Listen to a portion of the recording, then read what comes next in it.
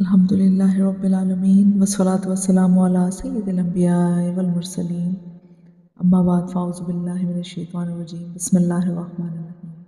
تمام معزز سامعین السلام علیکم ورحمۃ اللہ وبرکاتہ.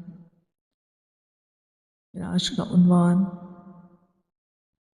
اسلامی سال کا دوسرا مہینہ، اس کو ہم سفر کے نام سے جانتے ہیں اور اس کو سفر المظفر بھی کہتے ہیں.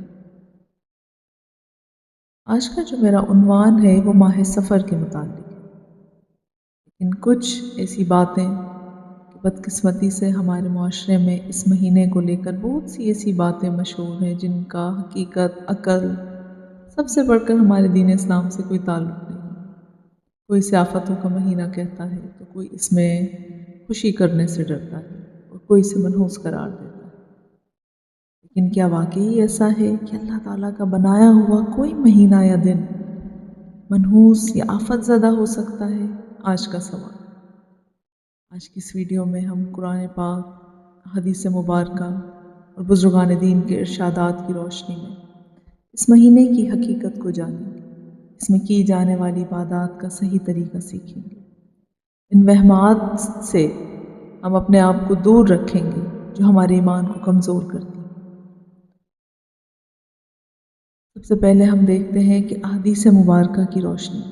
سب سے پہلے ہم بات کرتے ہیں کہ یہ سب سے بڑی غلط فہمی ہے انسان کے لیے کہ سفر کو جو منحوس مہینہ قرار دیتے ہیں.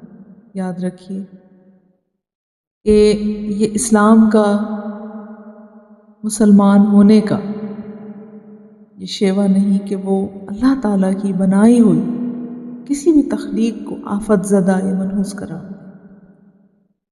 البتہ یہ ضرور ہے کہ جب اسلام آنے سے پہلے یعنی زمانہ جاہلیت میں کفار مکہ جو تھے وہ سفر کے مہینے کو بہت منحوس سمجھتے تھے.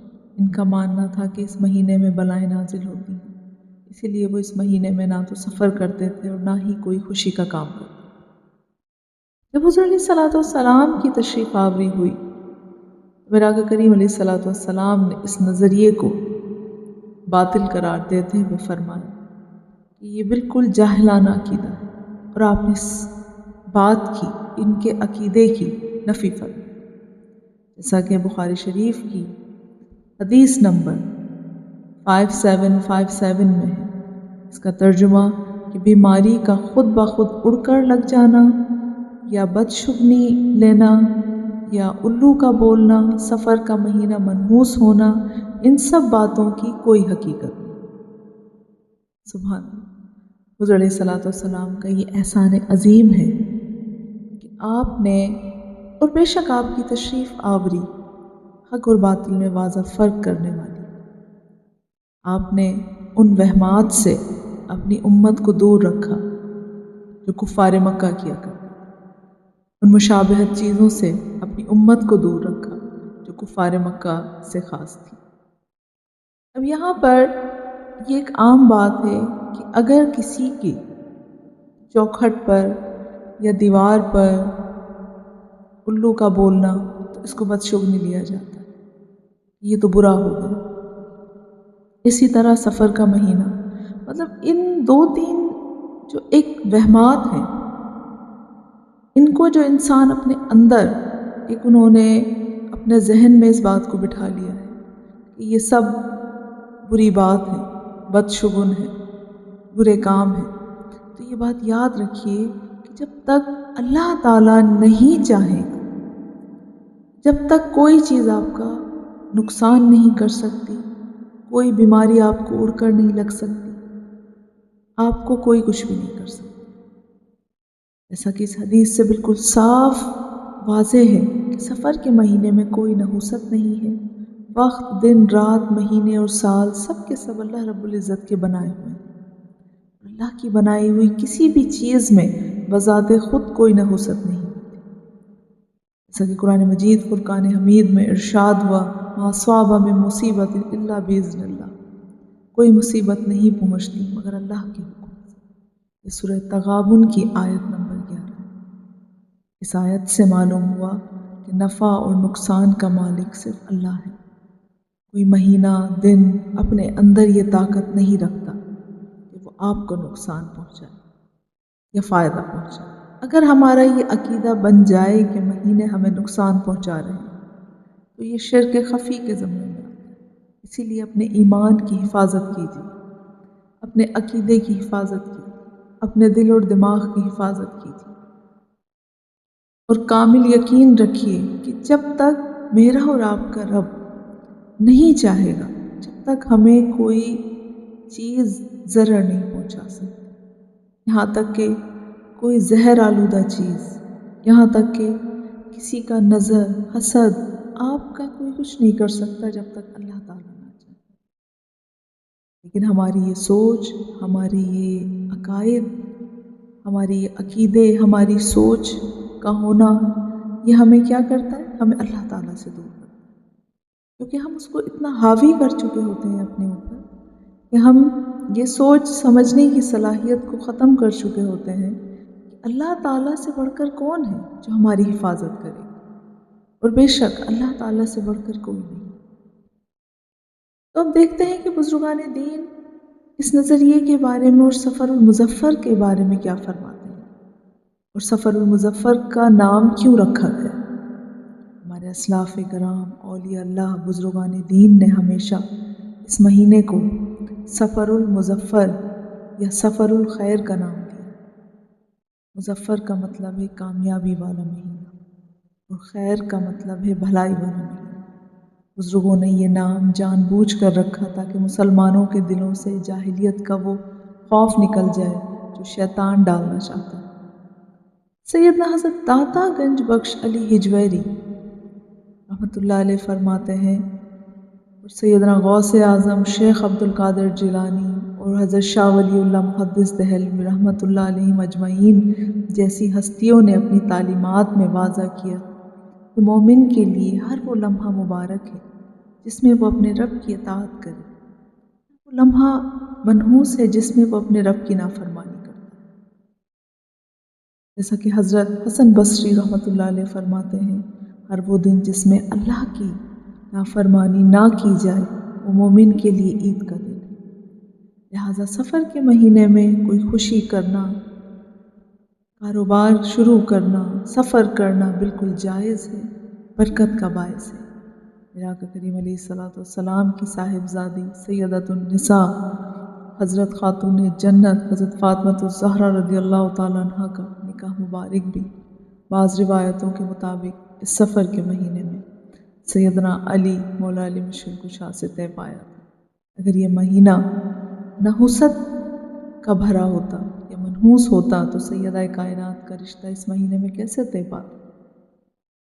سفر کے مہینے میں ہمیں زیادہ سے زیادہ عبادات اور کثرت سے رکوع اور سجود کرنے والی عبادات میں اپنے آپ کو صرف کرنا۔ یہ تو ہم نے جانا کہ کوئی چیز منحوس نہیں ہوتی، کوئی دن، کوئی مہینہ، کوئی لمحہ نحوست بھرا نہیں ہوتا، مگر یہ کہ اگر انسان نافرمان ہو، جانتے بوجھتے کوئی گناہ کرے تو وہ لمحہ اس کے لیے پریشانی کا اور نحوست کا باعث ہوتا ہے۔ اللہ اس کے علاوہ کوئی ایسا دن، مہینہ ایسا نحوست بھرا نہیں ہوتا۔ اب آئیے دیکھتے ہیں کہ عبادات کو ہمیں کس طرح کرنا ہے سفر کے مہینے میں۔ اگرچہ پھر بھی کوئی ڈر خوف ہو تو ہمیں اللہ رب العزت کی بارگاہ میں رجوع کرنا۔ اب سوال یہ پیدا ہوتا ہے کہ اس مہینے میں ہمیں کیا کرنا چاہیے، اس کے لیے کوئی خاص نمازیں مقرر کی گئی ہیں۔ واضح رہے کہ شریعت میں سفر کے مہینے کے لیے کوئی مخصوص نماز یا مخصوص طریقہ عبادات فرض یا واجب نہیں قرار دیا ہے، لیکن کیونکہ لوگ اس مہینے میں بلاؤں سے ڈرتے ہیں، اس لیے بزرگان دین نے ہمیں وہ عام عبادات کثرت سے کرنے کی تلقین کی جو ہر قسم کی مصیبتوں کو ٹال دیتی۔ کثرت استغفار، قرآن پاک میں اللہ رب العزت نے فرمایا جب تک لوگ استغفار کرتے رہیں گے اللہ ان پر عذاب نازل نہیں کرے گا۔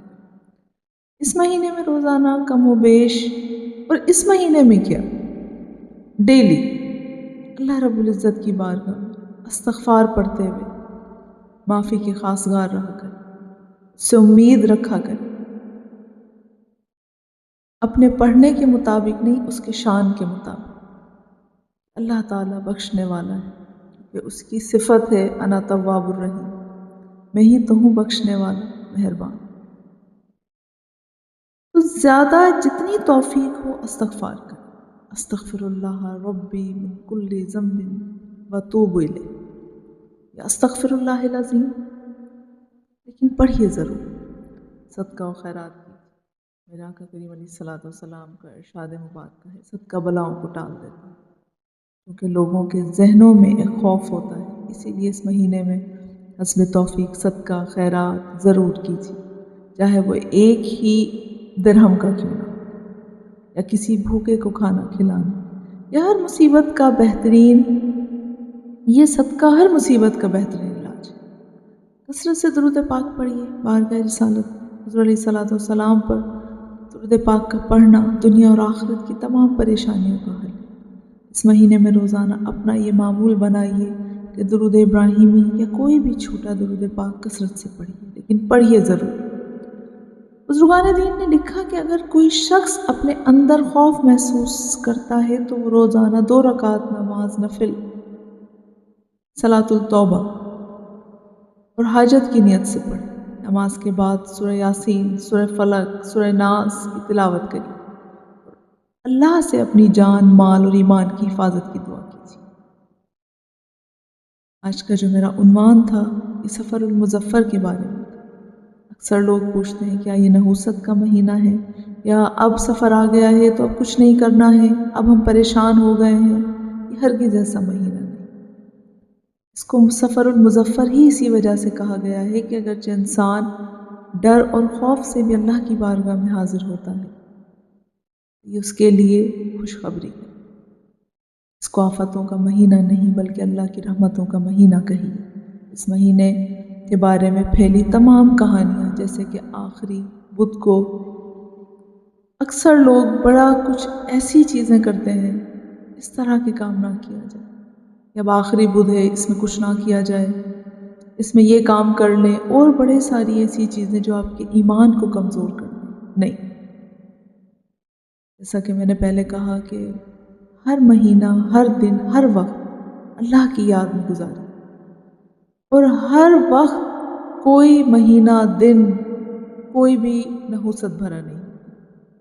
آئیے آج ہم یہ عہد کرتے ہیں کہ ہم خود بھی ان وہمات سے بچیں گے اور اپنے پیاروں کو بھی بچائیں گے۔ اپنے دلوں میں اللہ پر توکل یعنی اللہ پر بھروسہ پیدا کریں گے اپنے دلوں کے اندر، کیونکہ جس کا بھروسہ اللہ پر ہو اسے دنیا کی کوئی طاقت نقصان نہیں پہنچا سکتی۔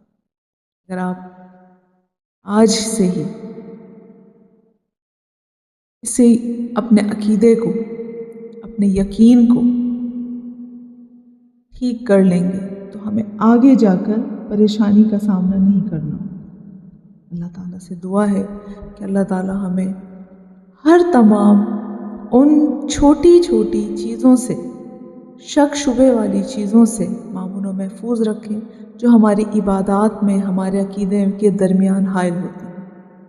خاتمہ ایمان بالخیر ہو، ہم سے اللہ رب العزت وہ عبادات، وہ ذکر و اذکار، وہ رکوع اور سجود کروائیں جس سے اللہ رب العزت نے خود فرمایا کہ واسجد واقترب، سجدہ کرو اور میرے قریب ہو جاؤ۔ اللہ رب العزت ہمیں، آپ کو، ہم سب کو اپنے حفظ و امان میں رکھے، خیر سلامتی میں رکھے، سب کا خاتمہ ایمان بالخیر فرمائے، اور اللہ رب العزت ہمارے جتنے بھی نسلیں ہیں ان سب کی حفاظت فرمائے۔